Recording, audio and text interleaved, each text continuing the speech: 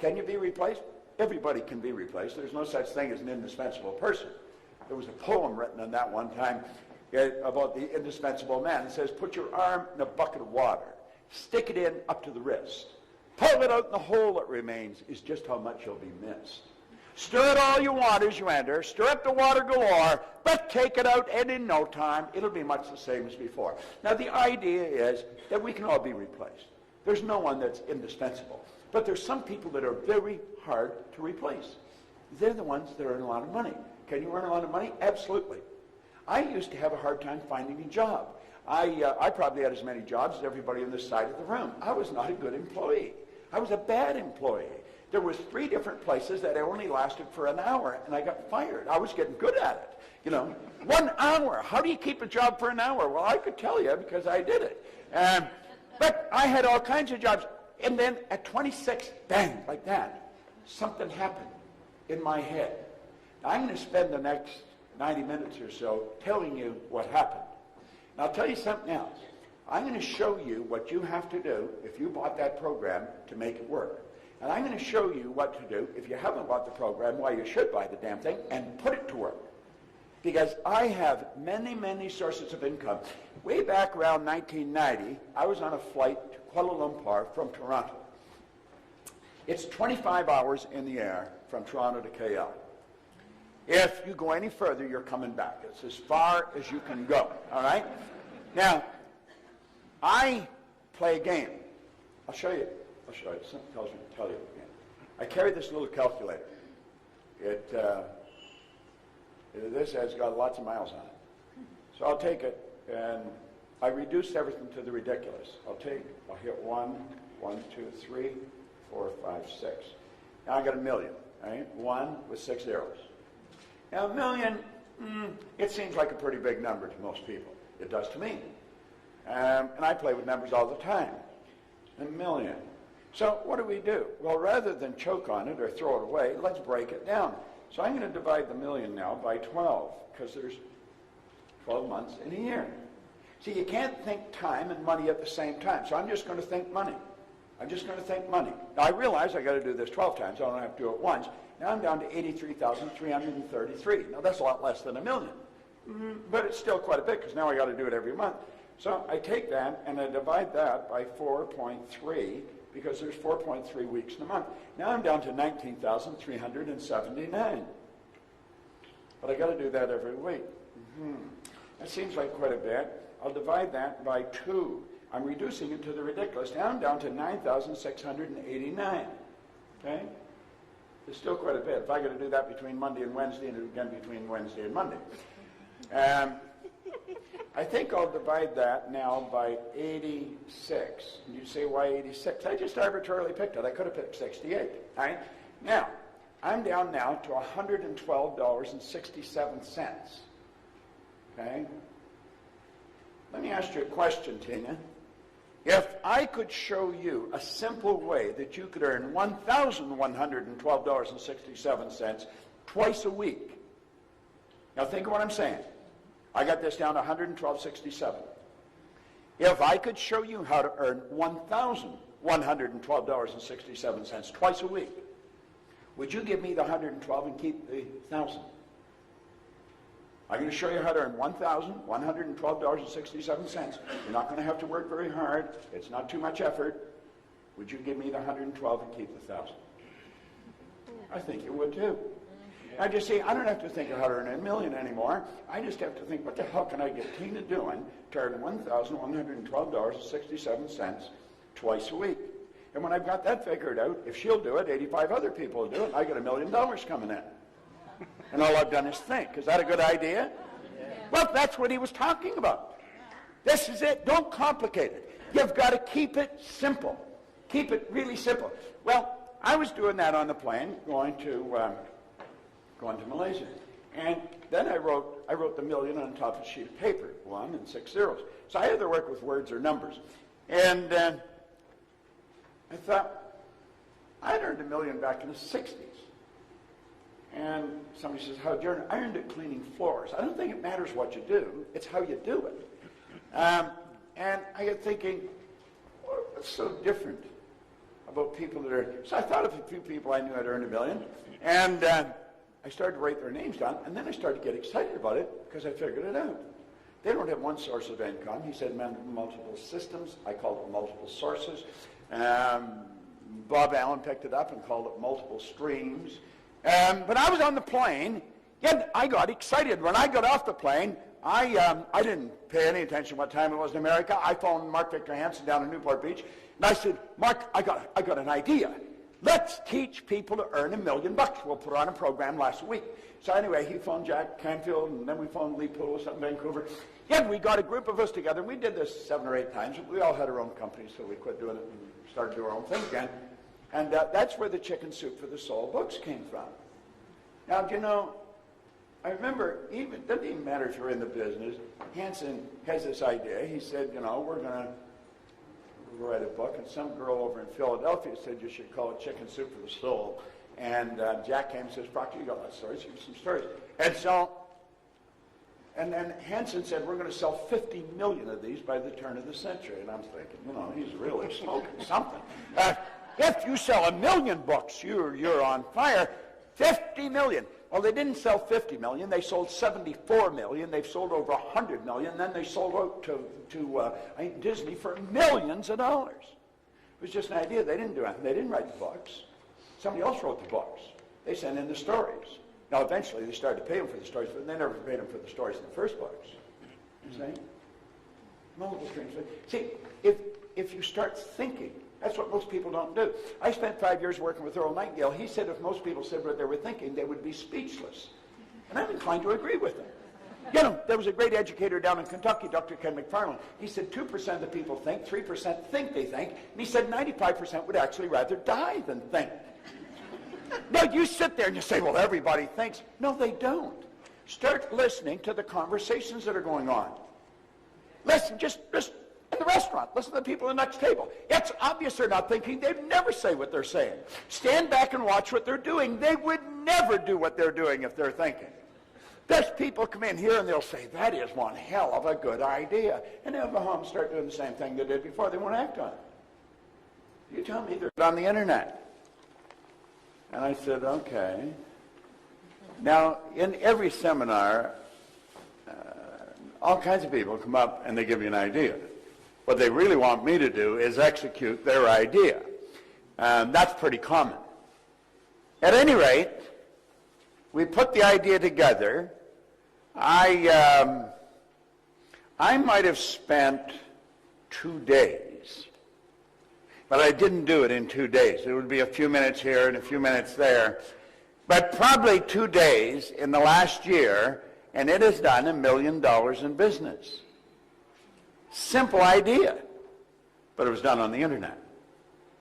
Now, do you know, some of you are looking at what Sean was showing you, and you're thinking, there's got to be more to it. Well, he gave you in there, he pointed out that he didn't know how to do most of the things that he was doing. Did you remember that? Do you know, Andrew Carnegie talked to Napoleon Hill, and he mentored him, and he said the accumulation of great wealth calls for power. And power is acquired through highly organized and intelligently directed specialized knowledge. Now, you've got to admit, what he was talking about was highly organized and intelligently directed specialized knowledge. How many would agree with that? Okay, let me repeat what he said because there's a tag to it. He said the accumulation of great wealth calls for power, and power is acquired through highly organized and intelligently directed specialized knowledge. But the person who accumulates the wealth does not have to be the one that has the knowledge. Now, I have earned millions of dollars. I went to high school for 3 months. They asked me to leave. I was not at all disappointed. In fact, I was probably happier than they were. I never went back to school. I had absolutely no business experience, and yet my whole life changed on a dime. You see, what you have to do is you got to make a decision. Now, some of you, how many of you have been listening to CDs and, going to seminars for a long time, and you're a little frustrated because it just isn't clicking for you? How many fall into that category? Wait a minute. We got to get honest here. How many can hold their arm above their shoulder? Let me see. All right, get the other arm up. Sean, you get the wallets, all right? Now, let's try this again.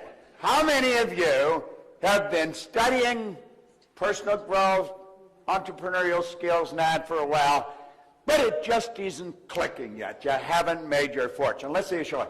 Now, you see there was more hands went up that time. Let's try this one more time. How many of you have been studying this kind of material for some time, but you just haven't cashed in yet? Let me see a show of hands. Now, you see, there's more hands go up. One of the first rules is you got to get honest with yourself. See, until I get honest with myself, I was screwing up at every turn of the road. I was unhappy, I was sick, I was broke. When I got honest with myself, everything started to change. Now, what is the main thing? Well, let's think about it for a moment. Here's the main thing right here. You get one bite at the apple. Now, I've studied reincarnation probably as much as anybody, but I haven't anybody prove to me that they're back for the 21st trip. So far as we know, this is it. We get one life, and it's about lifestyle. And most people are not living the way they really want to live. It's about contribution. The people that get the most are the ones that give the most. Sandy Gallagher and I were up at Cy Ranch. Are you familiar with Cy seminars, Sean? Yeah. We were up at Cy Ranch. They have a series of seminars that are quite extraordinary, really. They have Basic, which is 4 days. Then they have Psi 7, that's 7 days, that's done at a ranch. The Basic's done around different countries and places. And then they have Men's Leadership, Women's Leadership. That's 10 days. It's done men separate from the women. And then they have, for the graduates, they have what's called Principia. And they do that each year. Now, I've been with them since they started to do Principia, so I go there every year for Principia. I was up there with Michael Beckwith and Ricky, who started the morning I left from the Secret. Let's see, Debbie Ford was there working the same day I was working there. She's the one, the Dark Side of the Light Chasers. And she's got the new movie out, Shadow, brilliant gal. But they did something extraordinary. And they do things that are extraordinary at Psi. Psi seminars are, they're pretty old seminars. They've been around a long time. And they had 650 people on the ranch. It was about a 2,000-acre ranch up at Clear Lake Oaks, California. And on Tuesday night, they had school buses come and pick up 650 people. Now, there was doctors and lawyers and secretaries and truck drivers.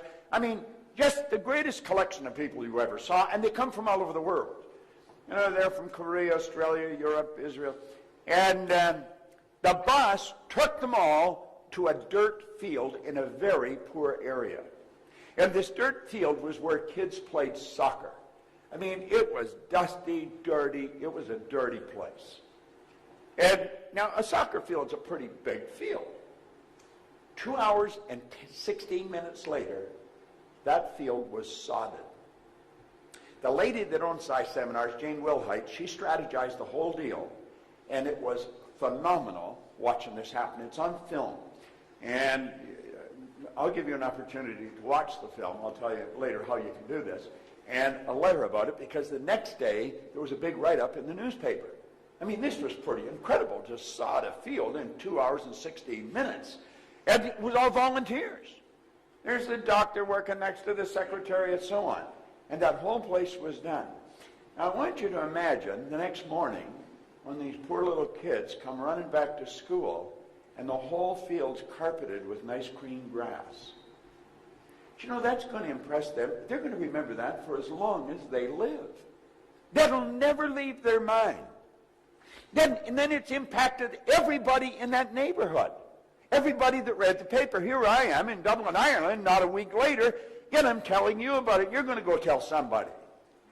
And it was all because a lady marshaled the minds of 650 people and got them all to make a contribution. Now, the people that benefited most from this were the ones that were laying the sod. They had a phenomenal time. They had big speakers going and all kinds of jazzy music going on. I mean, it was incredible. Yeah, and I was talking to them when I was working with them the next day, you know, and the satisfaction they got out of this. You couldn't have bought the feeling that they got. So you see, it's not just about lifestyle, it's also about our contribution. It's really about how we spend our days. What did John say work was? It was bad. I mean, who wants to work? Do you know that working is the very worst way to earn money? It is. I'm not exaggerating. That's not just a cute line. Napoleon Hill said, if you are one of those people who believe that hard work and honesty alone will bring riches, perish the thought, because it's not true. He said, riches cometh, they come in all, in response to definite demands, based upon the application of definite principles, and not by chance or luck. That's what John was talking about. That's exactly. Now, he said it many different ways, and he come at you all kinds of different angles, lots of slides, but that's exactly what he was talking about. Now, there's a law of compensation, and that law is very clear.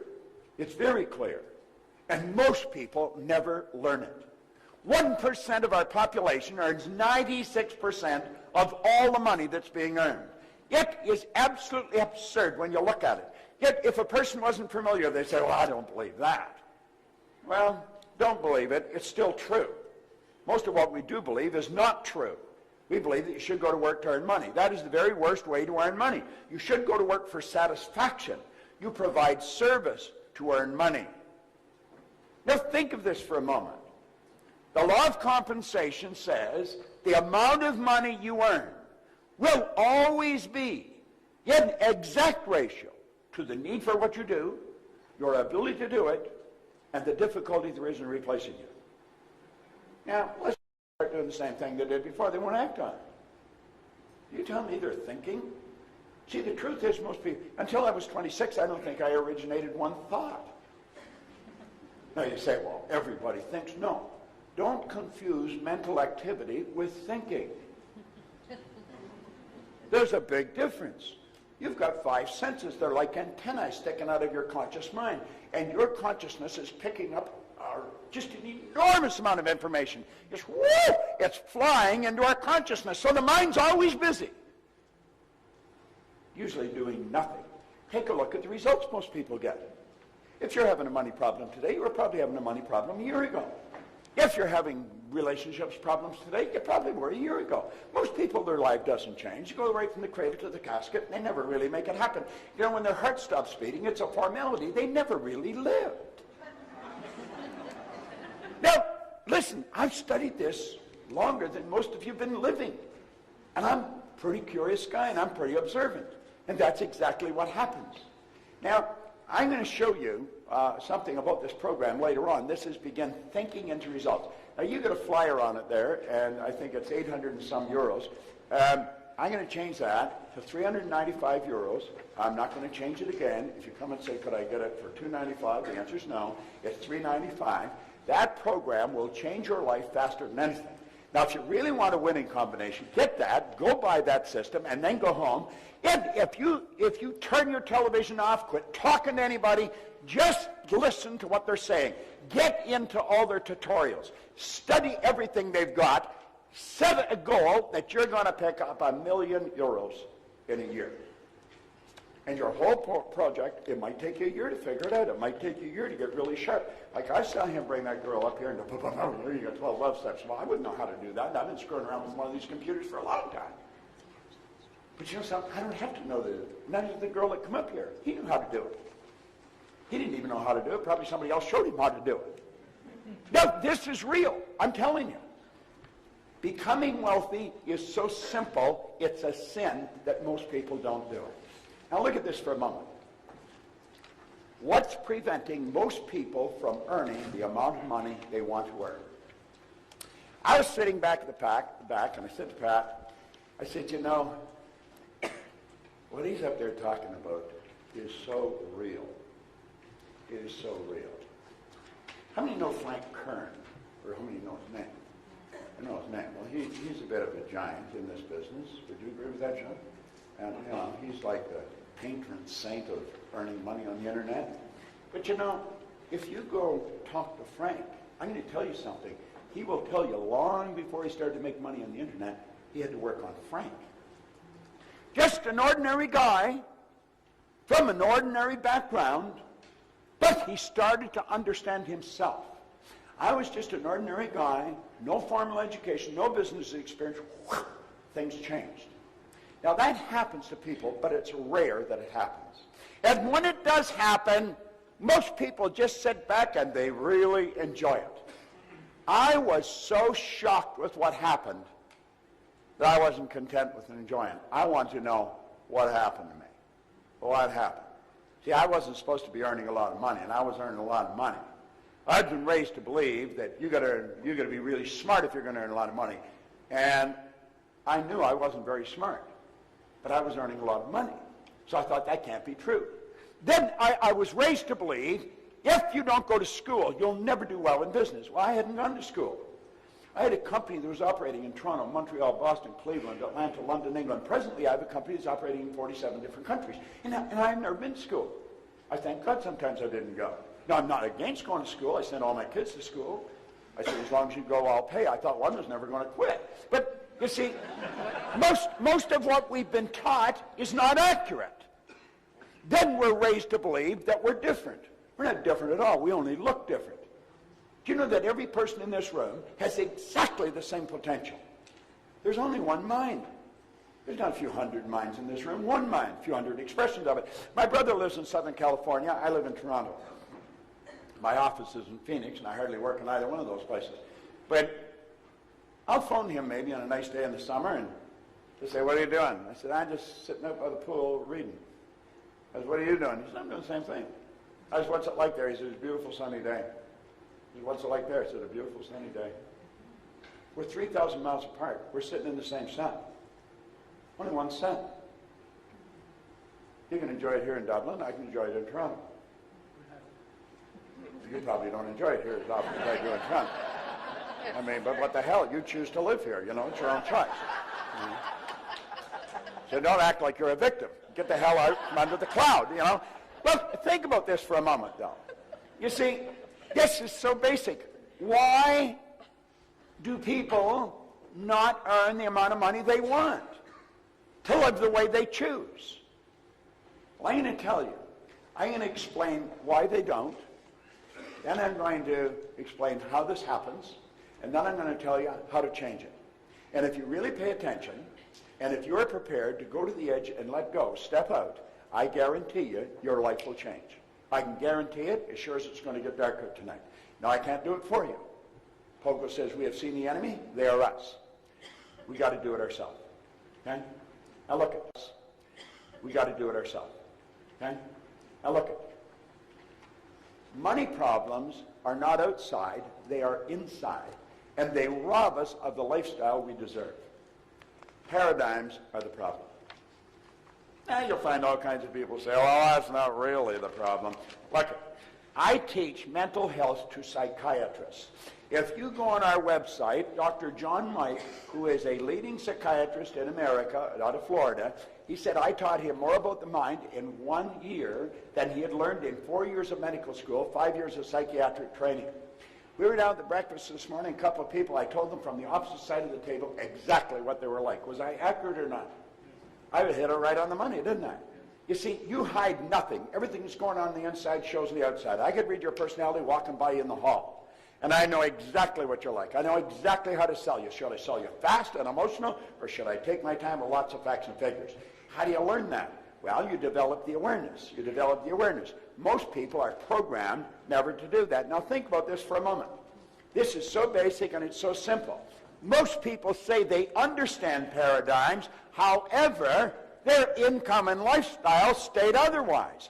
If a person understood what's causing them to have the same problem over and over and over again, unless they were completely idiots, they would change it. Yes, see, we're not idiots. But we still have the same problem over and over and over. Why? We don't know why. Do you know, I went into the Prudential of America. It's the largest insurance company in the world. The largest insurance company, or was at that time. They spent millions on training. They did not know why their top people were their top people. Now, I looked at them and I said, I can tell you exactly why they're their top people. And I can show you how to get the other people to do what they're doing. Naturally, they listened to me, even if they thought I was nuts. There was an outside chance maybe I knew what I was talking about. And the truth is, I did know what I was talking about, and their sales went up by hundreds of millions of dollars. In fact, there's a retired VP who works for our company now, Paul Hutsey. He said, Bob, I think you raised the sales there over $1 billion. And all I did was teach the people why they're doing what they're doing and how to change it. And sales, whoop! I've gone into schools where there's kids that are struggling. Some of you have kids that are struggling with grades in school. How many got a kid that's struggling with grades in school? Let me see a show of hands. Everybody's got really intelligent kids here. Well, you know, I can show you why, and the reason they're telling you is not the right reason at all. They'll tell you it's IQ, it's this or that. It's paradigms. If a kid has a problem, let's say in mathematics, what do? We cram. Get in, cut off TV, no girls, no boys, no nothing. Just study. And they go to school and they have a test and the marks improve. Heat's taken off, they give the TV back, the girlfriends, the boyfriends, and whoop, numbers go right back down again. You see, what they did was just force it up, but it come back down. Because there's an inner thermostat here controlling it. It's called a paradigm. So we see that change. I've gone into state prisons in Canada. I've gone into maximum security, Kingston Penitentiary. I've had them take and tear up the parole. First of all, I had them parole people to me that were never going to leave the place. One of them, the warden called a mad dog. His name's Joe Gardner. He's gone now, and he gave me permission to tell the story. But they let him out in special parole to me. I hired him. He was the best employee I ever had. He was required to talk to the city police every week in Toronto and the Mounties, just like the national police or federal police, every month. Not allowed to leave the city. I got them to tear up his parole, give him back his passport so he could move to England and open up the office with me. So I've gone into companies, I've gone into schools, I've gone into prisons. There isn't anywhere where this doesn't work. And I'm going to tell you something. It's got nothing to do with your intellect. Nothing. You may think you're not that sharp, it'll work. You may think you're really smart, it'll still work. Yeah? And probably if you think you're not that smart, it'll be easier. All right? Now, look, I want you to think about this. What are paradigms? Paradigms are nothing but a multitude of habits. That's really what they are. A multitude of habits. And they're other people's habits that are passed on from one generation to the next. Why do you think you're so much like your relatives? Why do you think you even look like them? Why do you think you like the same food they like? Did you decide? I was holding a little baby up the front here, 12 days old. That baby's being programmed right now. I was telling them, I said, you could teach this baby to read now. Did you know that? And they said, no, we don't know it. Well, if you don't know it, you probably won't do it. Could you do it? Yeah. You can teach that baby multiple languages. That baby's a linguistic genius at 12 days old. Most people don't know that, so they don't do it. You see, we live in absolute ignorance. We'll take babies at night and we'll bundle them all up tight. We want them to keep warm. Let me tell you something. Where there's no physical movement, there's no neurological development. We're slowing the kid down. We put them in a crib and we put the cover so tight we don't want them to move. We want them to get warm. What we should do is turn the temperature up in the house. We'd be uncomfortable. The baby'd be comfortable. Put them in a track on the floor around your mattress, and they'll start crawling right from birth. A baby that doesn't crawl has difficulty reading. There's so many things that we don't know. And we're raising kids the same way we were raised. Why? Because we're programmed to do that. You see? And so we get all kinds of really crazy ideas going on in our mind. We've got to change them. Our programming is much like our relatives. The odds of us being really different than our parents are pretty slim. Can we be as different as day and night? But we've got to make the choice, and then we've got to do the work. Now look, paradigms shape your logic. Paradigms definitely shape your logic. I'll give you something else. Do you know that all the geniuses are dead? That's right, they're all dead. When they're alive, they're crazy. I want you to imagine that it's around 1902, and we live in Dayton, Ohio. You live on one side of the rights, I live on the other side of the rights. Now, the Wrights have two boys that fix bicycles. And what are they going to do? They're going to fly. Yet, so we'd be having dinner, and we'd be saying, I'm telling you, those kids are going to kill themselves. Then when they got the plane off the ground, people said, well, they're only up there for 12 seconds. Wilbur said to Orville, we not only got up there, we kept the damn thing up there for 12 seconds. How about the world? For years we believed it was flat. I mean, it's the only logical explanation there is. I mean, how would people live on the side of it? Forget the bottom. Think about it for a moment. That's logic. It's illogical for you to believe that like that, by following some simple instructions, you could earn more money every day than your parents might have earned every month. It's hard to buy into the idea that you could actually change your income where you start earning every month what you've been earning every year. I was on a program in Lima, Peru. I flew down there. I was there for an hour and a half, got on a plane and I left. I earned more money than I would have earned on the Toronto Fire Department in 12 years. For an hour and a half. I've got to go over to Bucharest.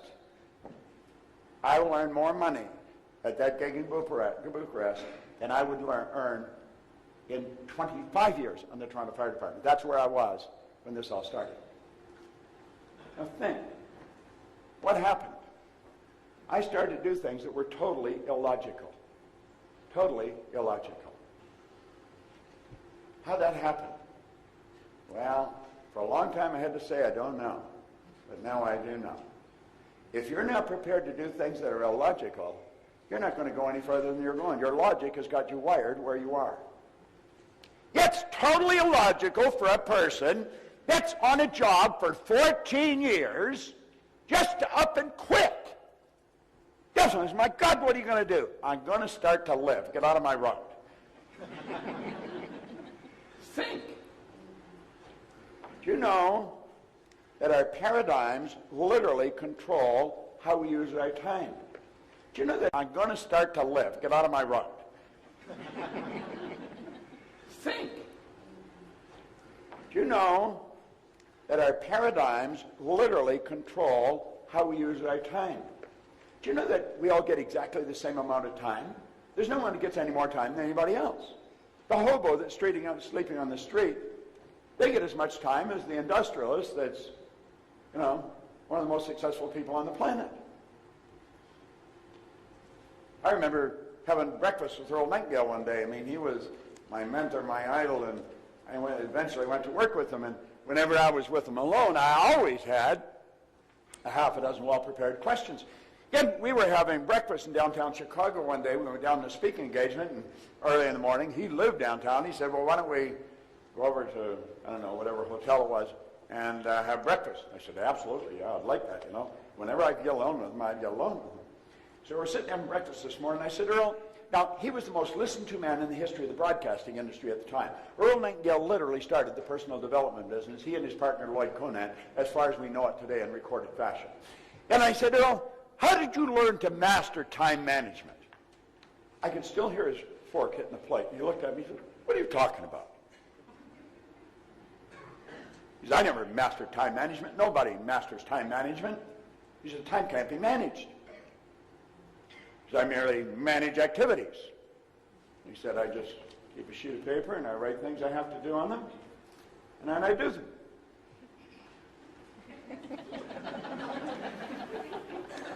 I said, is that it? What the hell else would there be? That morning at breakfast, I probably learned an idea that was worth millions of dollars to me. If I have something to do, I just write it on a little sheet and I do it. Somebody asked me what I do with my spare time. I don't have any.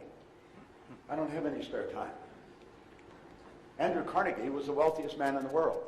He spent half his life earning money and the other half giving it away. Napoleon Hill asked him that. He said, I don't have any spare time. I don't have any free time. He says, free time, spare time is a waste of time. And he said, you only get so much. You're obligated to do everything you can with the time you've got. Do you know when you're happiest? When you're most productive. You know when you're unhappiest? When you got nothing to do. What are you doing? Nothing. You know? Most people get lost watching a television set. They lose themselves in somebody else's world. We could do so much more with our time. Our paradigms control our perception. There was a lady right in the front row. She was a black lady in the seminar here just the other day. And I went up to her and I said, you probably think you're black, do you? And she looked at me like, where are you coming from? And I said, well, everybody here thinks you're black. I said, my shoes are black and you're not the color of my shoes. And I said, everybody thinks I'm white. My shirt's white and I'm not the color of my shirt. Do you know if you ever saw a white person, you'd probably get scared. Look at the white! Look at them! You would. Why do we say they're black and I'm white? We're programmed. See, we don't even see with our eyes. We see through our eyes. We see with cells of recognition in our brain. That's why two people can look at the exact same thing. One sees something the other doesn't see. Somebody see what Sean was explaining and see, my God, this is phenomenal. And I'm going to make a decision. It looks more difficult than he's saying, but I'm going to master it. Next year this time, they'd have an enormous income. Somebody else is looking at it, that's interesting. They're not, but the idea is, you see. It's perception. It's how do you see. Like, this room looks totally different to you than it does to me. I see an acre of eyeballs out there. You see one guy and a bunch of screens. No, that's the way it is. We're in the same room. We're looking at, the same room, but we're seeing something totally different. Our paradigm controls our effectiveness. I am very effective today. I'm an effective person. When I'm working, I am very effective. That's not an accident. I decided to become very effective. I have studied people. I have studied why they do what they do. I have probably watched the movie Patton more times than anybody alive. George C. Scott won an Academy Award for the movie Patton, General George Patton. I watch it over and over again. And I'm not lost in the story. It's the acting. It's so phenomenal.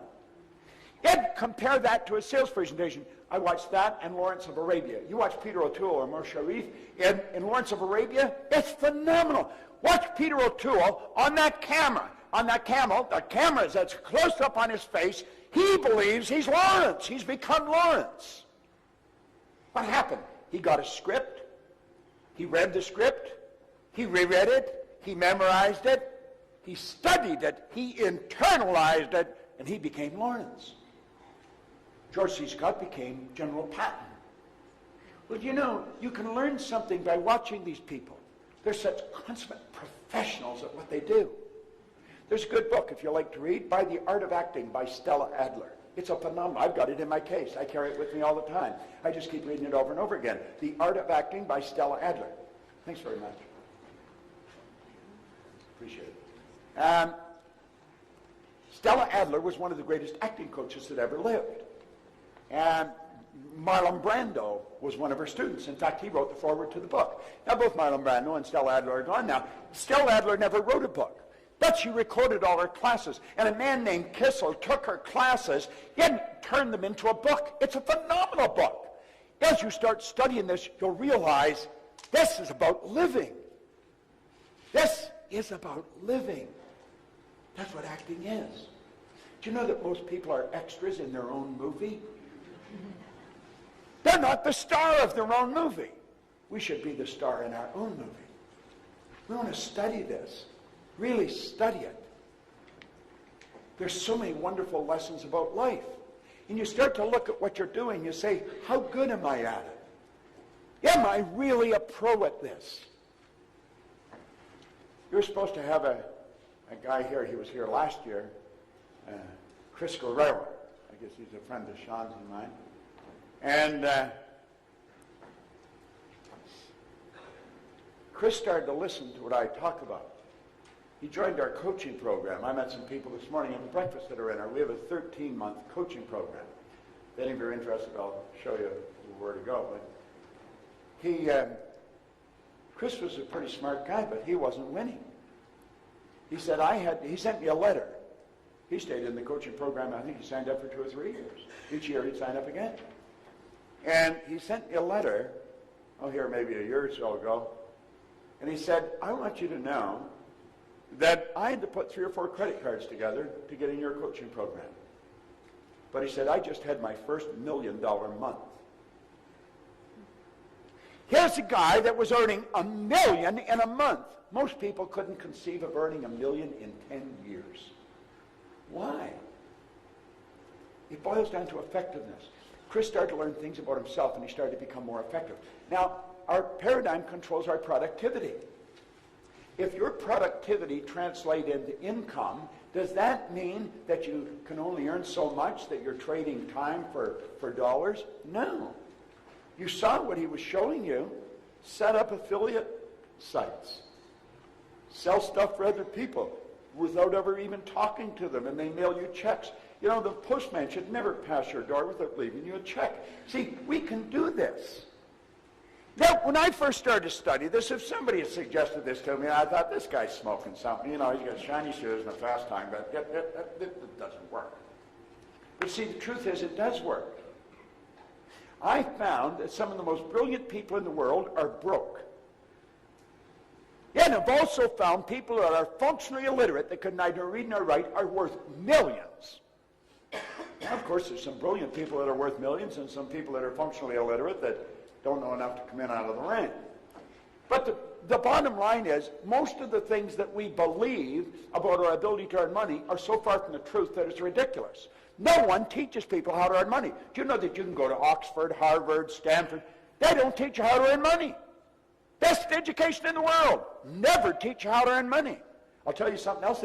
Most people think they're their name. I'm not Bob Proctor. Bob Proctor is my name. I say, well, this is me. This isn't me. This is my body. You've never heard anybody say, body's not coming in today, it's sick. You never hear anybody say, I'm hand or I'm leg. It's my hand, my leg, my name. Who am I? That's interesting. Who the hell am I? Now think. Do you know I'm inscribed over the Ark of Apollo at Delphi for 2,000 years, over 2,000 years. There are 2 words. Know thyself. Most people go through their life and they never learn who they are. They don't know who they are. Now get this. It controls your ability to earn money. Now watch that real fast. Because when bad news hits like we're hearing now, most people lose complete control. They stop being effective, and bango, the money shrinks. And they're blaming it on the economy. I'm planning for this to be the best year I've ever had in my commercial career. I could have a bad year. I can have a good year. I rented a cruise ship. I took 3,000 people on a cruise 3 years ago. And we earned a few bucks, and we had a great time. Got a lot of business. So I thought, man, I'm going to do this again. So I did it again last year. I lost $2 million. Now what I learned, don't take people on cruises. I'm not going on another cruise. Unless I just go myself, I'll buy the best cabin they've got, I'll put my feet up and really enjoy myself, and it'll be a lot less than $2 million. And I won't have to work at all. See, I was wandering into an area I knew nothing about. What we want to do is pick our niche. Then get so good at it. And understand that paradigms control our life. Now, when I say paradigm-wise, paradigms are a multitude of habits. And get this, they're other people's habits that we inherited. You can blame whoever you want for being who you are because you probably didn't do it. But understand this. They give you the best they had. They couldn't give you what they didn't have. And you are responsible for changing it. No one can change you but you. If we want to cry over what's happened in the past, go ahead. It ain't going to do you any good. You want to take it on the chin and say, I'm going to change. Can I change my paradigm? The answer is an emphatic yes. Now get this. When we know we can change the paradigm, and the paradigm's controlling our life, this is what the win is. You have hope. When I first got this, I didn't have any hope. When you have hope, you have no hope, you have no options. There's all kinds of people within walking distance of this hotel right here in Dublin that have no hope. They have absolutely no idea how they're going to even make it, let alone win. And I'm going to tell you something. They're not stupid people. They're programmed to live the way they're living, and they don't know how to change it. And they think they're stuck. I was one of those people. And I had a guy sit down with me when I was 26, and he taught me the lesson about the birds and the bees, not the ones that Mom or Dad try and tell, the real ones. And my whole world started to change. You see, I hadn't gone to school. I was earning a little bit of money and I owed a lot of money. I had no business experience. I had dumb jobs. I even had a bad attitude. I mean, there was absolutely no way that I could win. And he sat down and he showed me something. And from that day on, my life changed. I got to get something and show it to you. I never brought it there. Hold on. Where's it? There it is.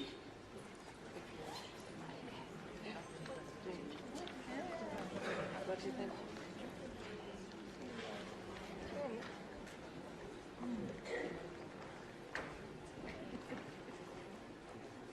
I got a big elastic around this book. And this is what he gave me. I've been reading this book, this copy, since 1963. It's literally fallen apart. This is Think and Grow Rich by Napoleon Hill. Next weekend, I will be speaking, I'm one of the speakers, at the 100th anniversary of the Napoleon Hill Foundation. Johnny Asraf, Mark Victor Hansen, there's a bunch of speakers on the program. Nick Halleck, somebody's from Melbourne. Who's from Melbourne? Somebody was from Melbourne. Nick Halleck is a guy that took one of our programs and he earned tens of millions of dollars. He just spent $30 million to become an astronaut in Russia. He's been on a little submersible down parked beside the Titanic. Very few people have ever been down there. Only 3 people can go down. It costs you a small fortune. He's been on the top of mountains, run across deserts. He wanted to find out what we are capable of doing. And he thanks me every opportunity he gets for waking him up. Well, I thank Ray every opportunity I get for waking me up, because he got me reading this book and my whole world began to change. That's when I realized I had hope. Now here's the beautiful part about hope. When you have hope, you have options. Do you know the beautiful part of this program? You should thank Pat and Donna and Gary for, in fact, let's give them a hand, because they, they're the one that put it together. Okay? Now think of this.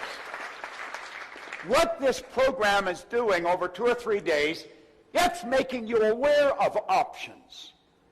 You have so many options.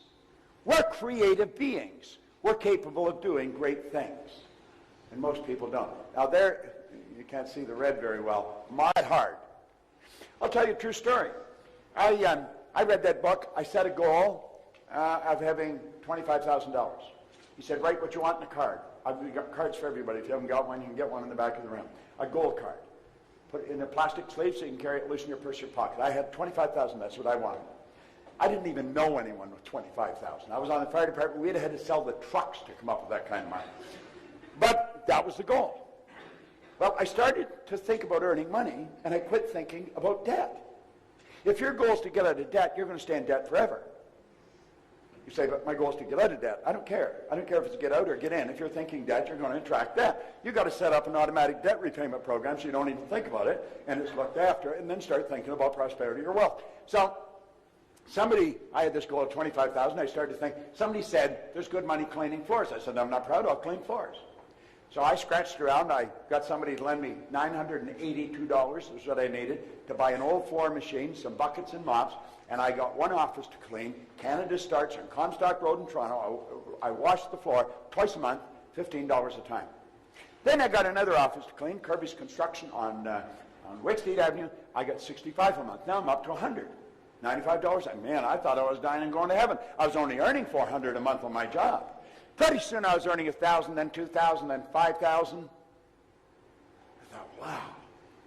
Now, the chief was only earning $11,200 a year.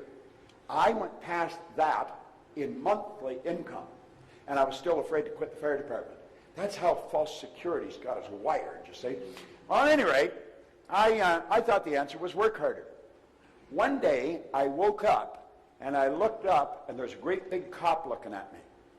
He was huge. Then I noticed there's lights flipping all around, and then I noticed a crowd of people. And I was scared. I was regaining consciousness. I had literally passed out from exhaustion on the street. I thought the answer was work harder. I guess people thought I had dropped dead. They phoned cops and ambulance and everybody. Well, finally, it was a scary situation. I finally regained it, and I said, I'm not going to the hospital. They had stretchers, everything there. I said, no. And I finally got away from them. But I got away, and now I wasn't very bright. But I wasn't a complete imbecile. I thought, there's something wrong with what I'm doing. I was never home. I was working night and day, and I worked to the point of exhaustion. So I got off by myself, and it was like a little voice in my head said, if you can't clean all of them, don't clean any of them. So I got all dressed up. Some people accuse me of sleeping in a suit. I wear it for a reason. I didn't want to clean the offices. Now, I'd call around and check on people at night. They wouldn't expect me to help them if I was all dressed up. I knew they were tired because I had cleaned offices. I got tired. So I'd bring them coffee and donuts or something, then I'd go and check on somebody else. And in less than 5 years, I went from just cleaning offices in Toronto to Montreal, Boston, Cleveland, Atlanta, London, England. Took off like a rocket. Millions of dollars. I leveraged myself. That's exactly what he was talking to you about. Leverage yourself. That's what you can do on the internet. Now, don't let the fact that you don't know the internet scare you. It doesn't need to scare you. Anything scares you if you don't know anything about it. Understand you don't have to know all about it. There's people that will do stuff for you. I don't know how to do hardly anything outside of what I'm doing. I've got wonderful staff of people that work with me. Now look at, he said, it's exciting as well as provocative, but it gets even better. Quantum leaps come without apparent effort. As you get into this type of thinking, your mind goes there. He said these are high velocity moves that carry you to dramatically higher performance levels without time-consuming struggles. Now look at it. He said quantum leaps seem to violate common sense utterly. The idea of moving to a higher orbit and skipping several rungs on the achievement ladder in the process strikes people as far-fetched, maybe even outrageous. Some of what Sean was talking to you about, some of you, it's outrageous. We could never do that. These people are different. No. They're ordinary people that are doing things different. And then he says, after the fact, quantum leaps may be viewed as practical, sensible, even obvious moves. But they typically do not come to you as obvious moves at the moment. Usually, it's in retrospect that you perceive their hidden logic and elegance. I got to repeat that. I love that line. In fact, when I was talking to him on the phone, I said, I've got to compliment you on your command of the English language. I said, you got such a wonderful vocabulary. And I had the book right in front of me. It was on my desk all the time. And I said, this is a line I love. Usually, it's in retrospect that you perceive their hidden logic and elegance. Invariably, quantum leaps are not complex or intricate maneuvers. They tend to be simple, energy efficient, and time-saving. Well, as I look back at the cleaning, when I went from passing out on the street to operating in 7 different cities in 3 countries, it was just an ordinary move. Now, if somebody had told me just before I passed out in the street that, hell, Bob, you won't even have to work as hard and you could be doing it in Toronto, Montreal, Boston, I thought they were out of their mind. But they weren't out of their mind at all. You see, this book literally changed my whole life. Without question. Now, there's a lot of people read this book and nothing's happened to them. I tell people, tell me that they've got the book, but nothing's happened. But I read this in 1961, and my whole life changed. Here's the idea that stuck in my mind. And this is the idea you want to stick in your mind. How many of you, forget that idea for a second, just listen to me for a moment. How many of you, at some point during Sean's presentation, thought, man, this is really something? How many thought that at some point? Everybody. It is something. It really is. That's what this book did for me. I saw something in it. And I thought, wow, this idea stuck in my mind. He said, any idea. The idea that you were thinking about doing. You saw yourself doing something. He said, any idea that's held in the mind, that's emphasized, that's either feared or revered, goes both ways. Begins at once to clothe itself in the most convenient and appropriate form available. See, if you can build the idea and hold the idea, you can do it.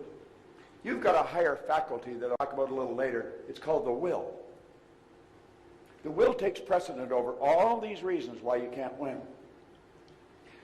When John Kennedy was President of the United States, and he asked Dr. Wernher von Braun what it would take to build a rocket that would carry a person to the moon and bring him back safely to Earth, von Braun didn't go on about all the scientists they'd need and all the money they'd need. He answered him in 5 words: the will to do it. This is exactly what he's saying. If you will lock into that idea, and if you have to borrow the money from your grandmother, do it and get into the idea. Set up multiple sources of income. I don't even know how many sources of income I got. I'm not interested. I treat it like a game. It's just something that I do. I do it because it's fun. All right?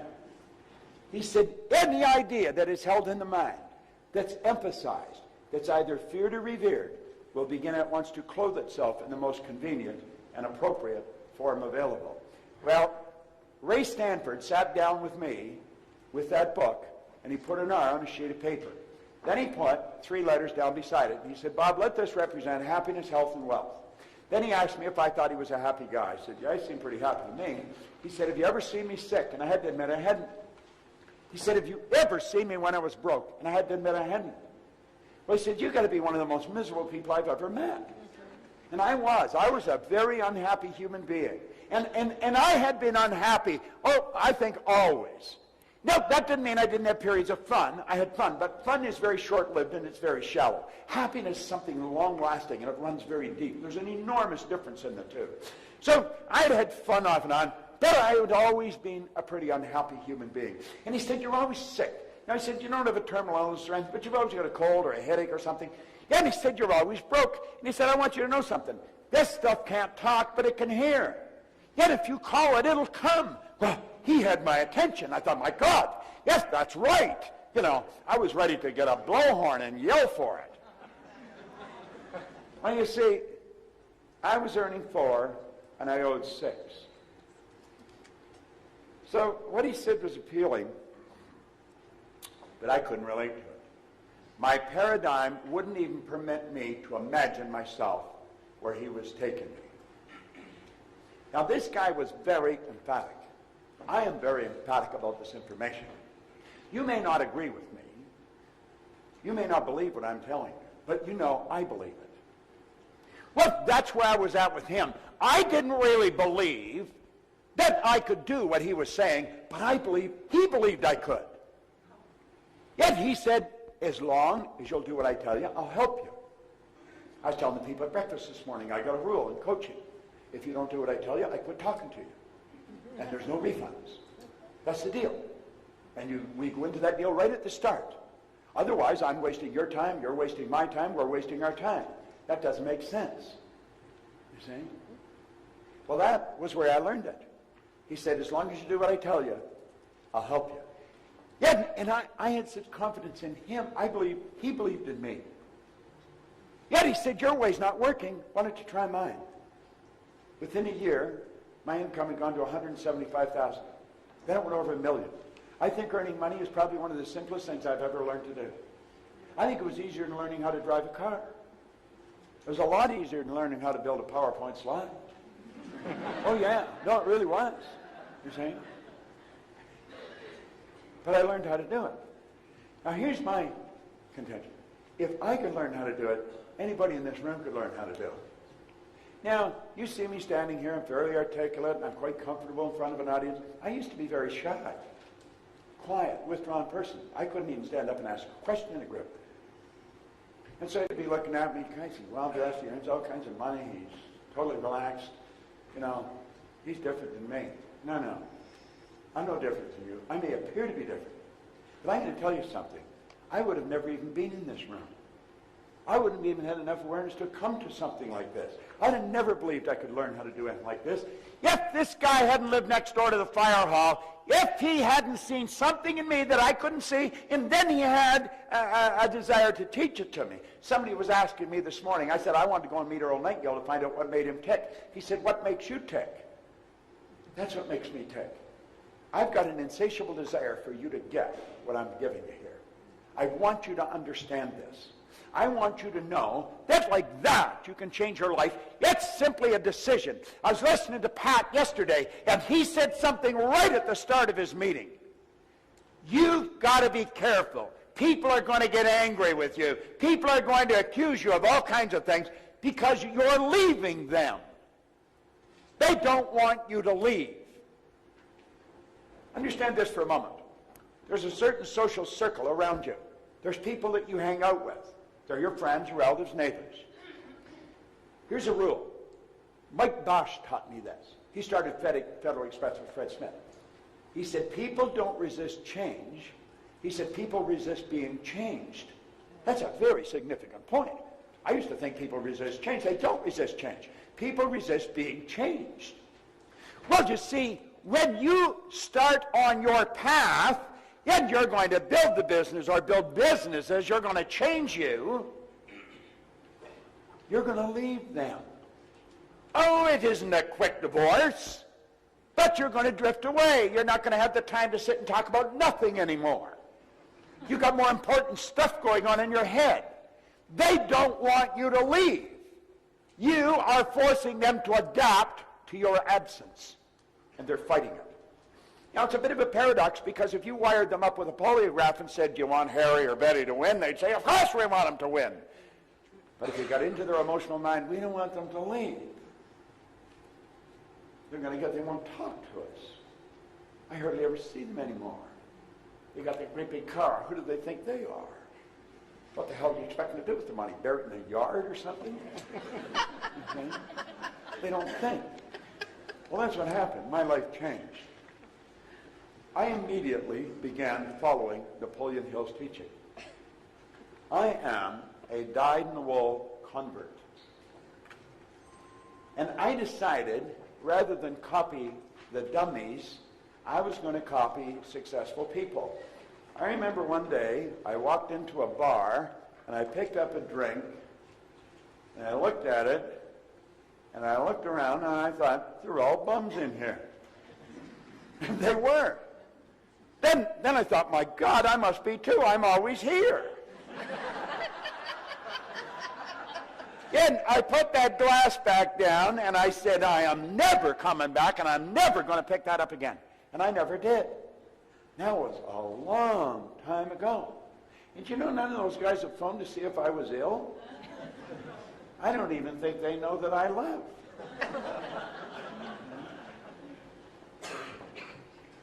In Maplewood Lane in Glenview, Illinois, when I decided to leave Nightingale Conant and build a business, and I had a pen and a pad, and that's all I had. But I had an awareness of what I could do. And I made up my mind I'd build a business that would operate all over the world, a very successful business, and we would change the lives of millions of people. Yet you just never know how far it's going to come or what's going to happen. When I attracted The Secret, it's been estimated there's 200 to 300 million people have been impacted by that. For 30-some years, I spoke to audiences from this size to thousands or 50 to 15, 20,000. But one night on Larry King, I reached more people than I had reached in 38 years.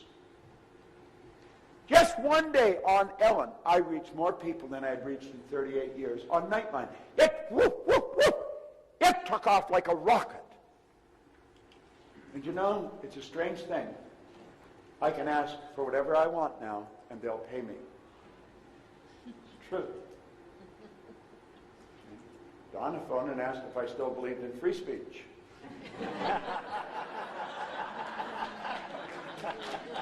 I came here because Mark Victor Hansen and Chris Guerrero phoned me from here last year, and they said, Proctor, you got to come over here. You know, so here I am. But I decided I was going to follow his vision. And you know, he had great friends. This is one of his friends. I like what Edison said. He said, if we all did the things we're really capable of doing, we would astonish ourselves. I think it's time we astonished ourselves. What do you think? Yeah. I think so. Then he said, you got to have meaningful friends. Well, here's his mastermind group. He had Edison, Ford, Firestone, Hoover. Who are your mastermind partners? I was talking to one of the people that was in, I forgot your name. Amen? Amen. Amen. Do you know what that means? Amen is translated from Aramaic. It means sealed in God. That's why when you say a prayer, it's sealed in God. All prayers are answered. It's that most people are wishing. Okay? That's what that means, sealed in God. That's a great name. Anyway, I was talking to Eamon today. He's in the second year in our coaching program. He's following Chris Correll's steps, I guess. And he said the mastermind group that he's in is phenomenal. You've got to get in mastermind groups. We set up mastermind groups. In fact, I'm going to put that. Where I put it. I got it. No? Okay. Find it. Did I drop something? That's what I'm looking for. Where's Stephen McGowan? Well, just walk slowly up around the front of the room so they know what you look like. You're not a bad-looking guy. You shouldn't hide away back there.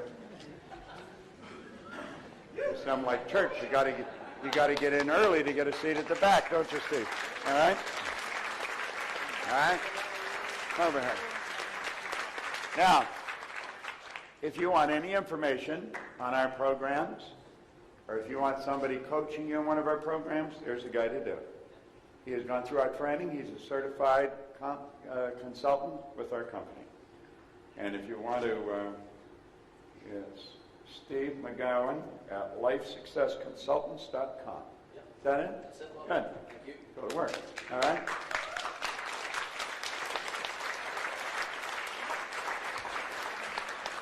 Now, he will help you set up a mastermind group. He'll show you how to run a mastermind group. And if you want to make headway, do that. Mark Victor Hansen and I have been mastermind partners for over 25 years. I don't know what he's earned on it, but I have earned millions of dollars in my relationship with him, and I think he'd be quick to tell you that he has with me. I can just think of a couple of ventures where we both earned a few million, and we didn't really do very much. But it was the association of bringing the minds together, and that's what happens. That's what masterminding really does. Now, Dr. J.B. Ryan said the mind is the greatest power in all of creation. You know, being featured in The Secret was nothing but a direct result. First of all, that was an attraction. I attracted that. A lot of people think I made The Secret. I didn't make The Secret. I got a message on my cell phone, and I recognized it. I thought it was an Aussie number, and I thought the woman's name was Glenda, but it was a garbled message. And you know how you hit hash or pound, and you don't delete the message, but you don't get it. And you're busy, and so I had a layover of a couple hours in an airport, and so I started to clean up my phone. Gina Hayden, who's worked with me for 25 years, I phoned her. I said, Gina, phone these numbers. I think this one. I think her name's Glenda. And she said something about a film, but I don't know what it was. And I've had the thing for probably a month. So she phoned me back, and she says, no, she says, you're right. It was Glenda, and it was an Aussie number. There's a film crew in from Melbourne, and they're shooting a film, and they really wanted you in it, but they can't get you. They can't find you. And they're going back to Australia next week, and they're shooting in Aspen all weekend. This is on a Thursday. And Gina says, isn't that funny? Bob's doing a seminar in Aspen all weekend. So here I am right next door to them. I was all dressed up to go to work, and I just walked in, sat down in front of the camera, and then I walked away with millions of dollars. They think that's an accident? There are no accidents. There are no accidents. But you see, I really believe that I got in that because of this particular record. You see? This when I started to study before some of you were born. I had a battery-operated record player, and I drove around playing long-period records.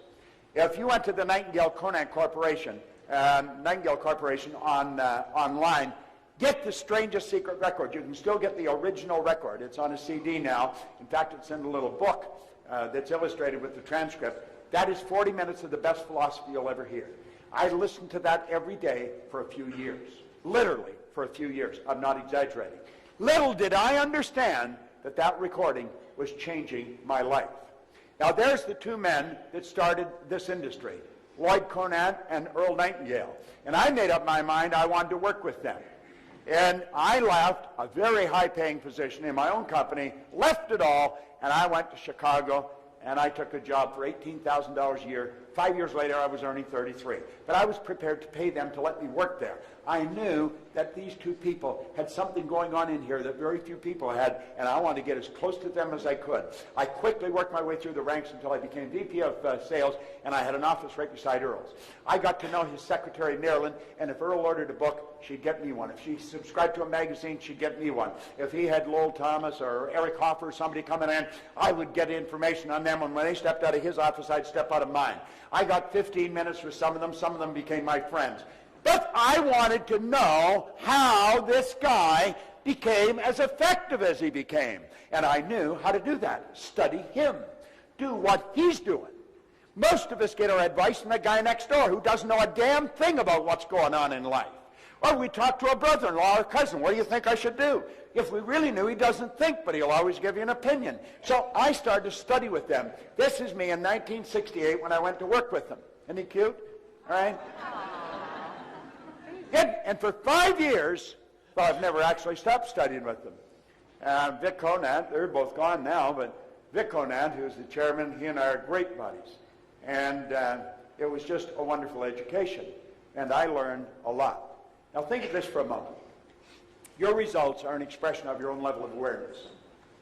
Now I can say this, education. Now I say effective education because there's some education that's not very effective.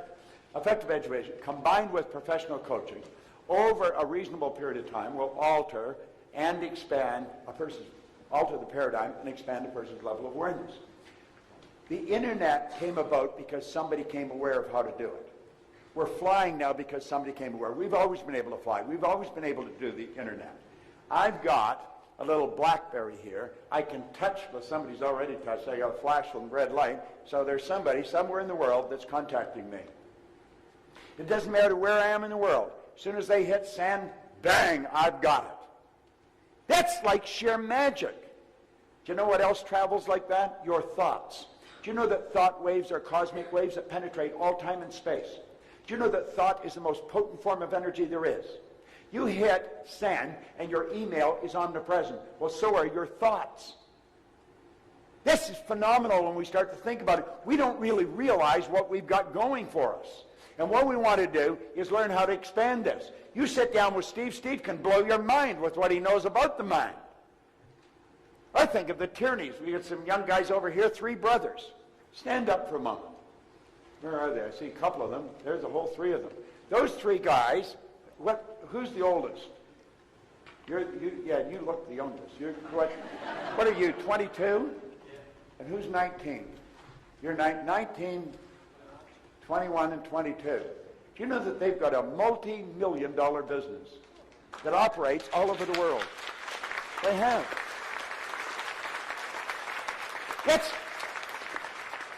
They come in to a special coaching program, cost $30,000. They had to fly to America to come in. And I saw them come in, 19, 20, 21. I thought, what the hell's going on? And then they showed me what they were doing. If there's anybody here looking for a super business opportunity, you want to talk to one of these young guys. I have led people to them from all over the world. They've got a phenomenal business opportunity. You could become a distributor for their company and blow your mind. You wouldn't even have to work hard. You could earn a lot of money. Am I right or wrong? Give them another hand because this story is incredible. Okay? Look at what we really want to do is forever expand our level of awareness. The thinking program that you've got there, Thinking into Results, that's exactly what that'll do. I'm going to tell you more about how it was developed and what we do with it, but this is what we want to do. We want to really continue to expand our level of awareness. And let's become aware that you and I have infinite potential. Now, I'm going to be honest with you. I don't really know what that means. I really don't know what that means. Infinite means no beginning, no end. So my potential, there's no beginning, no end to it. No one alive can even guess at what I am capable of doing. Now, if that's true of me, that's also true of you. No one, the most erudite scientist alive, cannot even guess at what you're capable of doing. Now, I can show you how to change your life on a dime, but you've got to do it. I can show you, if you want to study, how you could walk past a person and tell them, like I know I was right on the money with you and with everybody else that I talked to. I can sit and look at you, I just walk by you and I know what's going on. You can learn to read people like a book. We've got mental faculties that can do that. You see, this physical instrument that we call a body is a molecular structure. There's a mass of molecules here and a very high speed of vibration. I want you to think. We call this Tina. No, Tina's her name, and that's Tina's body. But that's not Tina, and she's not Tina. So we have to say, what is Tina? This is a mass of energy that is so potent and powerful, you can photograph it. We've been able to photograph it since 1934. Semyon Kirlian, a Russian photographer, perfected photography. That's why we call it Kirlian photography, that can photograph the mass of energy. Well, do you know that the density and color of this energy can be photographed? But you know that you've got a mental faculty that you can pick that energy up and read it. Same with you. Like I wouldn't want to try and get you to do it. What's your name? Eugene. Eugene? How are you? Are you with him? No. You're not with him. Well, I'd never want to get this guy to do something he didn't want to do. He's not going to do it. Now, if he told me he couldn't afford what I'm selling, I know what he's really saying is, you haven't made me want what you've got.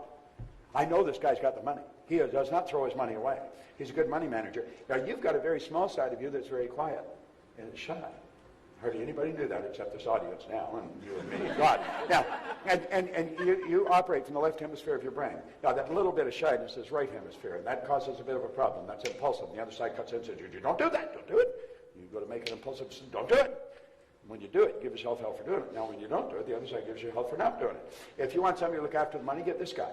He's very organized. He's a good engineer, a good accountant, a good lawyer. What do? Strong manager. Manager of a community center. You're a manager, okay? Strong manager. He's going to control things. If we had a committee and I was elected chairman of the committee, he'd just take over and run it. I'd say, well, he shouldn't be running it. I should be running it, you know. But he just takes over. He runs things. He's the guy. Now, I know that I'm right on the money. If I was taking him out for something to eat, I'd take him where he get his teeth into something substantial. He may not eat a lot, but he likes meat and potatoes.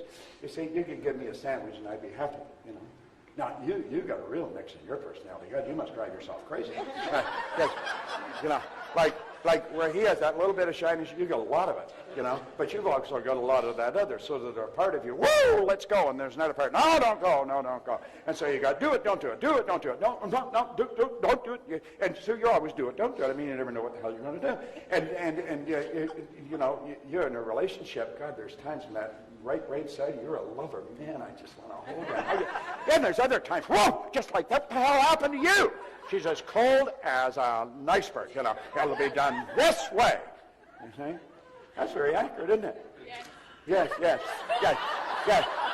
It's 100% accurate. I could say, I know she's a woman, and I know he's a man. You'll say, Bob, that's absolutely brilliant. Then you'll say, everybody knows she's a woman and he's a man. No, they don't. That little 12-day-old baby that I held doesn't know the difference between the male personality and the male body and the female personality and the female body. They don't know the difference. They have to develop the awareness of the difference in gender. The problem is, at a very early age, we put a cap on awareness, and then we want you to know that 2 + 2 = 4, 4 + 4 = 8. And we're so much into intellect that we got people wandering around with a ton of knowledge in their head, and they don't know how to do anything. You didn't even know how to handle that part of yourself because you have conflicts going in there all the time. You're very good at things that are totally unrelated. You have a bitch of a time deciding what you want to do. You should do them all. You see, the one side of you is very creative, very expressive, and very sensitive, and the other side is very linear, like a good lawyer, accountant, engineer, you know, just totally different. You say, my God, I can read it in their face. I can just feel it right now. So thinking, how's he doing this? Well, I just look at you. I feel it. I just walk by. I could feel that in the dark. If I shook hands with you, I'd be able to do it. Why? Because everything about you tells that. You say, my God, you're psychic. Everybody's psychic. Understand what psyche is? Psyche isn't some funny word. Psyche is a Greek word for mind. You develop your mental faculties, you're going to develop your ability to do this. That's your intuitive factor. Everybody's got an intuitive factor. The intuitive factor is what picks up vibration. You pick up another person's vibration. It's going on all the time. You pick up the phone to phone somebody and they're on the other end. You say, oh my God, I just got to phone you. What a coincidence. No, it wasn't it at all. You just picked up the energy. They're phoning you, want to talk to you, you got it, you didn't argue with it, you picked up the phone, and they're there. You know, you'd be sitting in a restaurant, you're going to order something to eat. The other person's sitting there, there's about 3,000 things on the menu, and they order what you're thinking of. You think, how the hell did that happen, you know? That's called thought transference. You see, that's just sending messages through the medium of the molecule. That's what we do with these pictures. When I was a little boy, I saw my first television set. It was at the corner of the street in Toronto, Knappman's radio station. Mr. Knappman fixed radios. We used to listen to the radio. We used to watch the radio. We didn't just listen to the damn thing, we watched it. Listen, this is true. Some of you are old enough to remember this. You'd have a nice big Stromberg Carlson radio and a nice wooden case, stands up, put it in the corner, and all the furniture was placed so that you could look at the radio. What the hell's that about? I've got a sound system in my home. When I put a CD on, it follows me. It's all through the house. You don't have to look at it. The player's in the closet. You don't have to sit and look at it. Now think about this for a moment. How am I able to do that? Well, you develop these higher faculties. You've got infinite potential. Now think of this for a moment. You're a spiritual being. Most people say, oh, I'm having a spiritual experience. Is that right? You're having a physical experience. You're a spiritual being. Yet you've been gifted with something no other form of life been gifted with, an intellect. Do you know that you and I are the only creature that's totally disoriented in their environment? All the other little creatures on the planet, they're totally at home in their environment. They blend in. We are totally disoriented in our environment. And some people stay that way all of their life. They're always disoriented. Why? Because we've been given the ability to create our own environment. John was talking about it, but I was stubborn, you see. I was persistent. I said, no, I'm going to master it. So now I make all my own PowerPoint slides. I have fun making them, and I change them, and I throw them out every now and then. I get used to it. And if you want to copy them, you can copy them. Copy everything I got. It doesn't really make any difference to me, because I'm a creative being. I just make more of whatever it is. You see, you and I have an intellect, and the intellect is what gives us dominion over. Let's take dominion over our own life to start off with. Now, we know that if we can learn how to control our emotions, we're controlling our vibration. See, this molecular structure is a mass of molecules and a high speed of vibration. The trick is control the vibration. The law of attraction is based on the law of vibration. You want to attract, you better get in the right vibration. All I have to do is mentally pick the picture. I'll get in the vibration and I'll attract whatever I have to attract. But so do you. Most people don't know how to control themselves. Your brain is an electronic switching station. You can activate brain cells. Now, your brain isn't your mind, and your brain won't think. You think with your brain, but it won't think. It's reportedly got Albert Einstein's brain in a jar in Jersey, but it's not doing anybody any good because Albert's not with it. Well, you have a brain, and you can use it, and you use it all to the vibration you're in. When you do that, you change where you're going. Now, we either are going to control our emotions with our intellect, or our emotions are going to be controlled from outside, and that's what controls most people. They're controlled by their outside world. She upset me. He made me so mad. If the crash came and I blew it all up. No. You attract everything you got. Now look at it this way. There's the spiritual side. There's the intellect and the physical. Now this is the beautiful part. Now, I want the person that had the idea of taking something that Sean was talking about and think, damn, I could do that. I could learn how to do that. Who said that? Who said that to themselves? Hold up your hand if you said that. Now, wait a minute. How many can hold their arm above your shoulder? Your arm's getting heavy again, I can tell. How many of you? I know I was sitting there and I did it. If I did it, I'm sure you did it. How many of you thought, damn, I could do that? How many thought that? Okay? Now, hold your arm. Leave your arm up there. I never told you to put it down yet. Okay. See, you leave your arm up. You don't have to leave your arm up. Say, go to hell. I'm going to put it down. All right. Look it. Now, what are we going to do? We're going to activate our intellect, and we're going to tap into the spiritual world. Where is spirit? Spirit's omnipresent. Spirit is 100% evenly present in all places at the same time. What is spirit? Spirit's all-powerful. Spirit's all-knowing. Now think of this. All the power there ever was or ever will be is 100% evenly present in all places at the same time.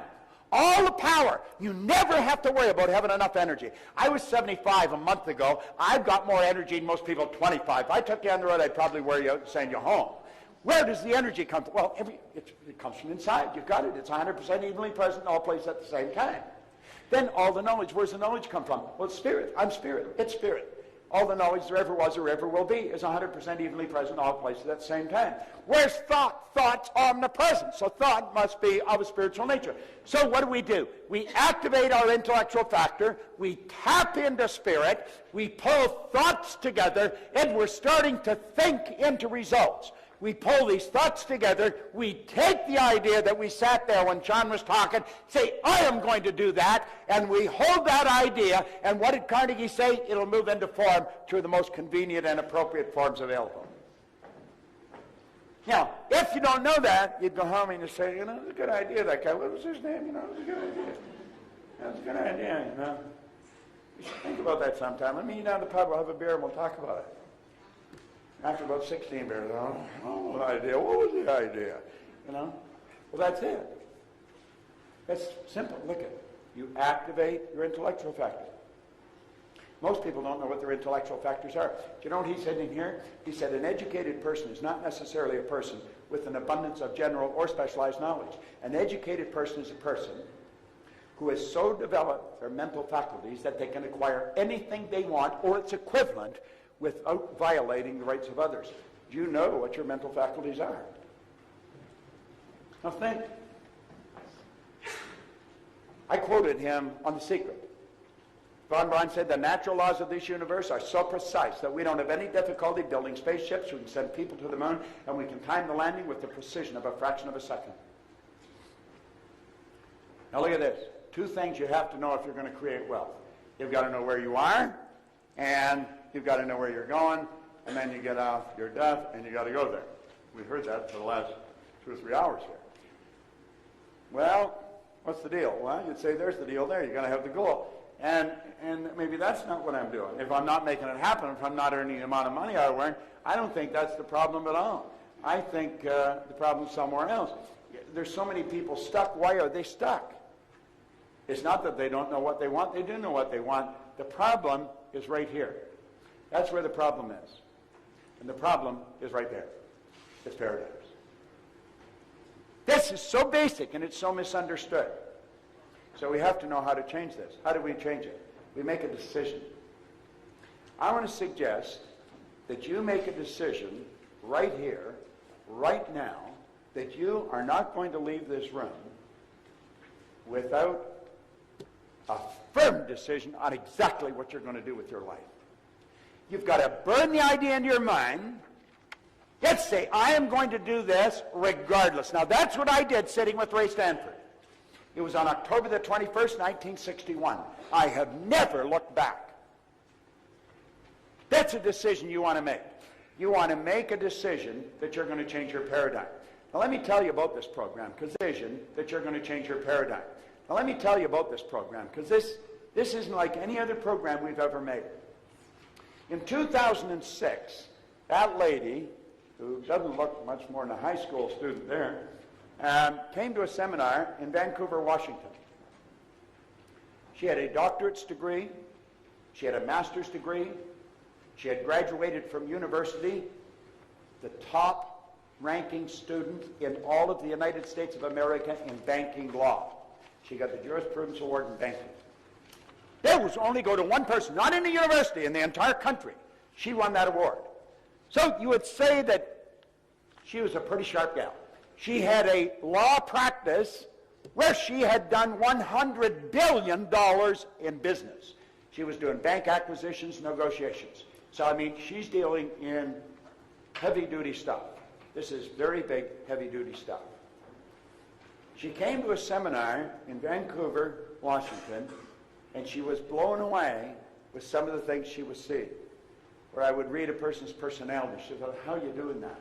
And I was saying, anybody can do that. And she was having a difficult time believing it. And then she started to learn, all the education I got, I never learned any of this.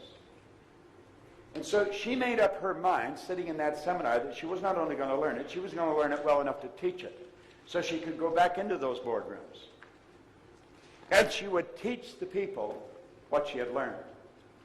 Now, that was in 2006. And she went through our consulting program. She went through our coaching program. She studied every program we have. And then she came to me. I didn't really know her. I think I had seen her, but I didn't know who she was. And she came to me and she said, you built a program called You Were Born Rich. Is that right? I said, yeah. How many have used that program? There's a few people here. I talked to some. It's been used all over the world. It was a high-cost thing. We spent hundreds of thousands of dollars shooting it, but we did it in 1988. And she said, why did you make it? I said, well, I had been in the business for 20 years. I'd worked with some of the largest companies in the world. We got results that were just astounding. And so I thought I'd put it together in a very organized manner, and we would sell it for training programs for companies. And she said, well, that was in 1988. She said, that's 20 years ago. Next year's 2008. What are you doing now? I said, well, I don't know. I mean, I'm a busy guy all the time. She says, I think you should make another program, and I think you should do it with me. And I remember looking at her and saying, is that right? You know? So I started to do some research. And I found out who she was. And I found out what she had accomplished. And I was impressed she even wanted to do this. And so I made up my mind, yes, I'm going to do it. And she really put this program together. Now, she used all her material, and she used me. I did not make it. She made it.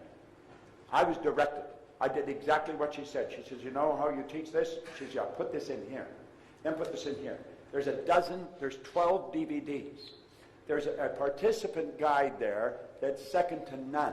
It itself is worth more than the investment you'd make in the program. And this is a phenomenal program. It's designed for the most top executives you can find, but she didn't want to lose it for the kids. So it works for the kids in school as well. And it is just absolutely incredible. When it first went on the market, it hasn't been out too long. There's one company that has 850 of their people using it. The results are astounding. They're getting results that are shocking everybody. There's another company, an electrical company in Phoenix. When they started to use it, all their executives used it. They set a 6-month sales goal they were going to test this with. They went past that goal in 30 days. The power in this is helping you understand you and how to change the paradigm, because that's where we're going now. I'm going to ask this young lady if she'd just stand up in the back of the room. I want you to give her a hand. Sandra Gallagher. Thanks. Thanks.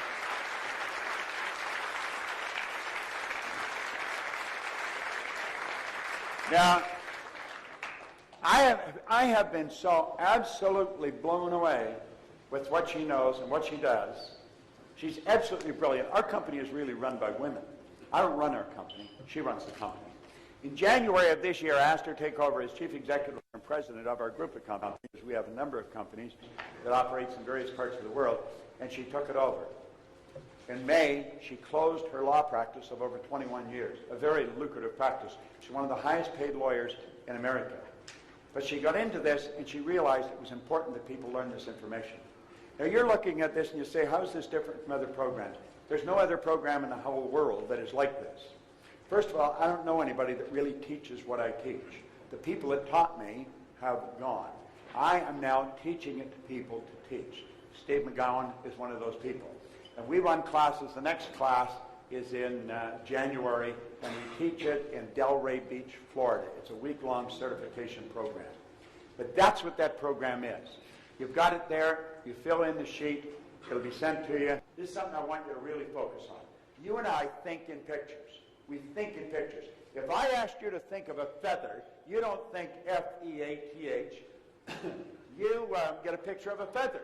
If I asked you to think of a hot air balloon, you get a picture of one.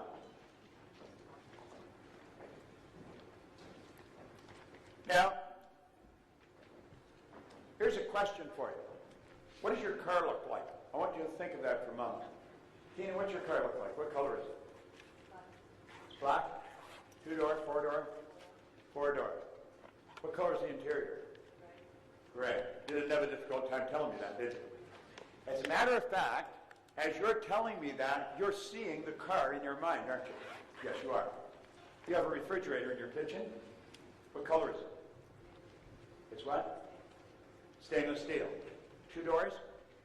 Top and bottom? Do they open from the left to the right or right to the left? Left to the right. Now, you just went in the kitchen and looked at your refrigerator, didn't you? Tell me what your mind looks like. Now, I want you to think of this for a minute. Tina had no difficulty telling me what her car looked like, what color it was, what the interior was, what the refrigerator looked like, whether it moves from the right to the left or the right. She actually went and looked at her car. She went into her kitchen and looked at her refrigerator. Although her eyes were staring at me, she was mentally in her kitchen.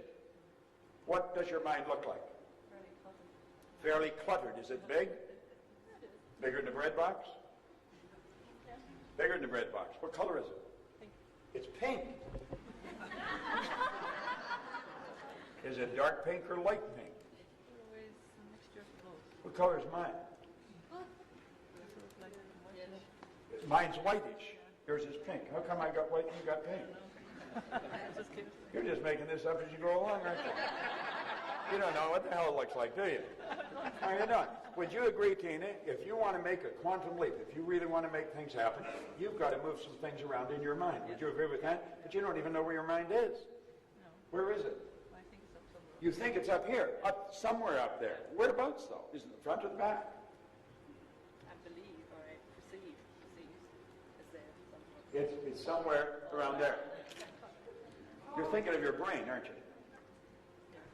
But your brain isn't your mind any more than your fingernail is. See, most people get off the track here. And I'm not embarrassing you, because if I went around the room, how many of you are in the same spot as Tina's in? Everybody's got their hand up. Well, I don't know what my mind, where is my mind? You know? And we don't know where our mind is. Well, that's a serious problem. Because you see, as we ask ourselves, what does our mind look like? We don't know what our mind looks like. We're stuck. We can't tell what our mind looks like. So questions fly on the screen of our mind. Now understand this. If you don't have an image, you've got confusion. Let's suppose I ask all of you to help me change the setup of this room. And you all agree you'll do it. Yeah. And I say, okay, let's go change it. You jump up and you grab a chair and you look, what's he want us to do? I don't know. Ask him. No, you ask him. No. There'd be absolute chaos in here. You know why? No picture.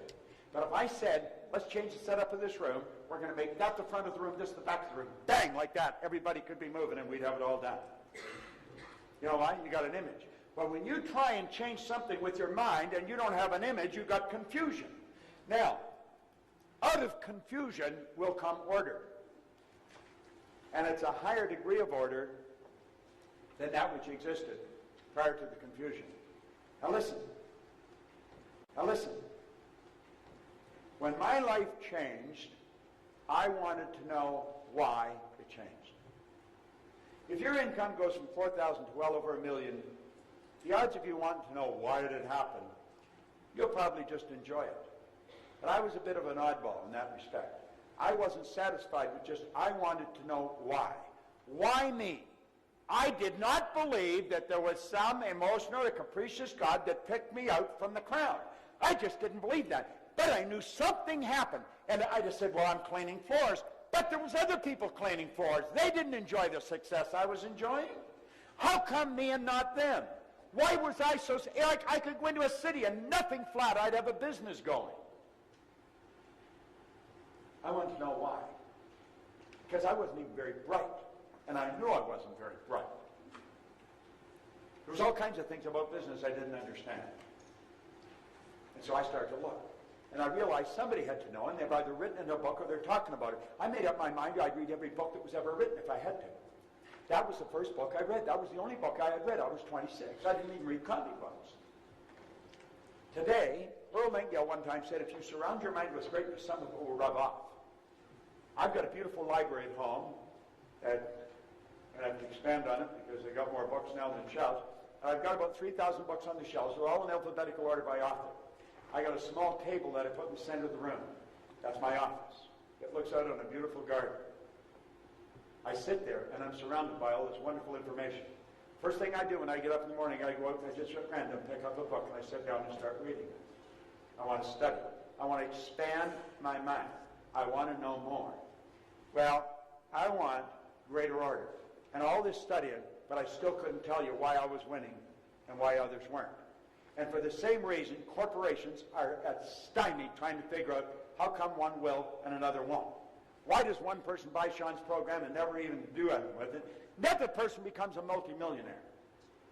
Now, there's very few that become the multimillionaire. There's a lot of people buy it.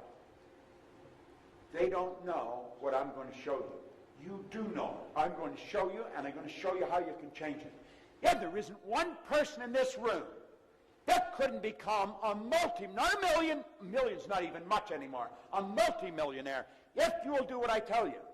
Now listen, I came here. I didn't have to come here. I wasn't looking for things to do. I had to get up at 5:30 in the morning and drive for 3.5 hours to San Francisco to fly here. And I've got to be in Toronto on Monday. I'm not just looking for things to do. And somebody asked me what makes me tick. I want you to understand what I understand. Because I know that you're capable of enjoying a hell of a lot more life than you're enjoying. And the more money you have, the more freedom you can have. Money's only used for two things. It's not going to make you a better person. It's going to make you more of what you already are.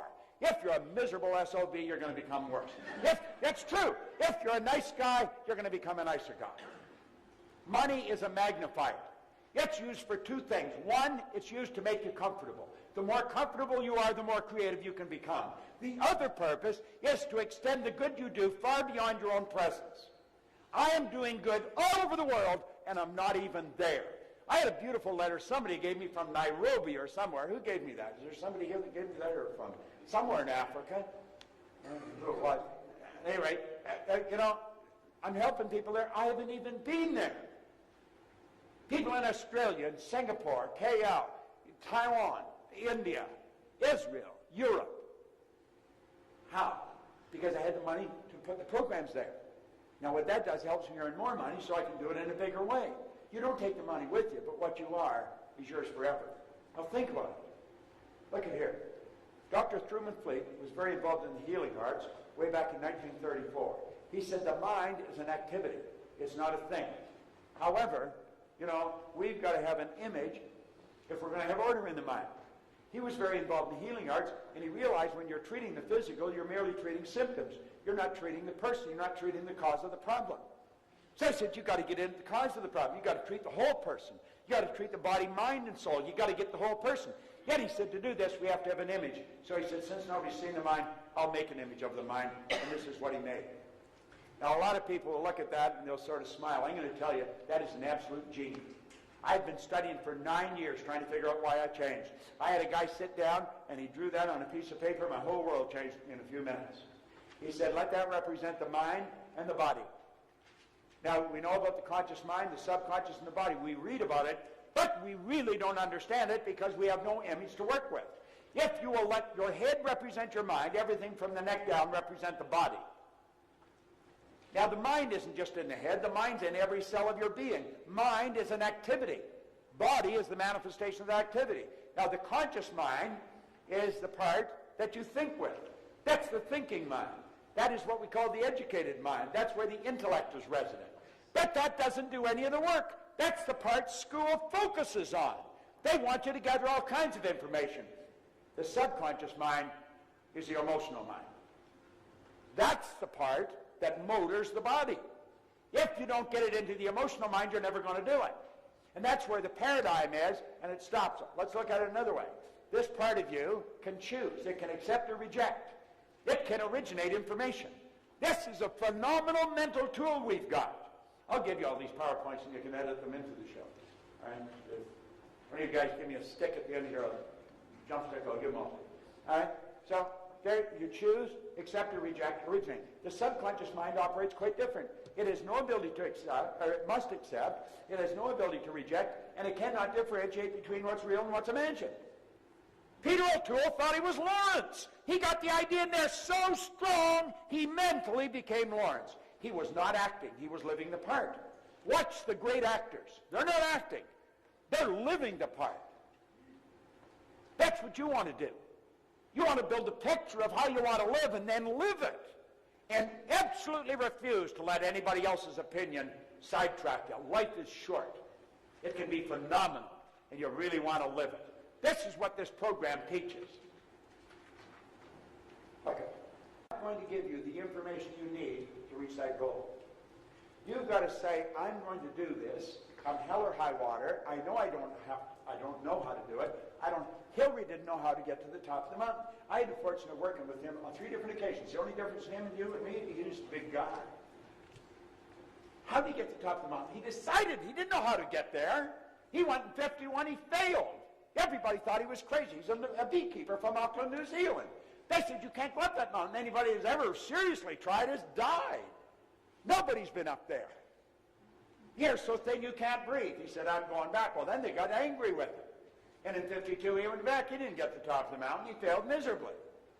But in 1953, he knew if he could see himself on the top of the mountain, he could get to the top of the mountain. He and Tenzing Norgay stood on the top of Mount Everest. There's been over 1,000 people do it since then. But he broke through. Look, when you say, I'm going to do it, and you make the decision, you don't have to know how, you will start to attract the thoughts and things that you need to do it. That's how you attract it. You make the decision, you move into the new vibration, you flip your brain onto a different frequency. This making sense? Yeah. Makes a lot of sense, doesn't it? You're not going to solve your problems on the frequency that you're thinking on. You've got to make some decisions. And they may seem radical to you, but you've got to make them. Look at this. This your conscious mind. It's also referred to as the intellectual mind. There's the subconscious, that's where the paradigm is. Well, understand this. The law of attraction responds to the paradigm. That's why people wonder why they're not winning. God, they're studying and they're not winning. They've never changed the paradigm. They don't understand how to change the paradigm. They read the book. They said, I read that book. How many times did you read that book? I've been reading this copy since 1963, and I had one for a couple of years before that I was reading. I carry this, and I can't keep these in stock. I'd give you this, only it's